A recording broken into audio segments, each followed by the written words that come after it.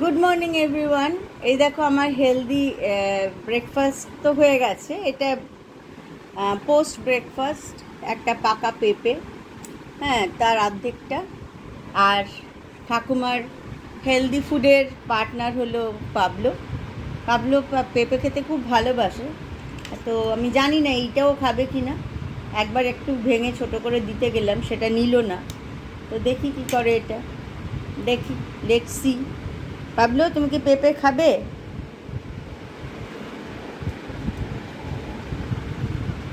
ওই তো র পাপাইয়া তো সবসময় ওরা চিকেন স্যুপের মধ্যে ওদের জন্য দেওয়াই হয়।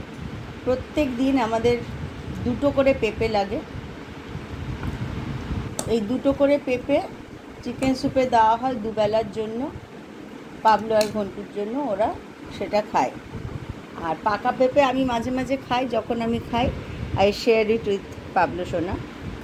তো পাবলো সোনা এরম করে করে হেলদি ফুড হ্যাবিটস ওকে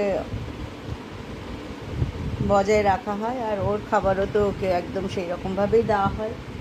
কিন্তু স্টিল মাঝে মধ্যেই পাবলোর অ্যালার্জি হয়, ওর ডিমে অ্যালার্জি হয়, পাবলোর ডিম থেকে অ্যালার্জি হয়। আজকাল ডিম একদম আর দিই না। আমি দেখেছি গরম পড়লে ডিম খেলে পাবলোর একটু অ্যালার্জি হয়, বাট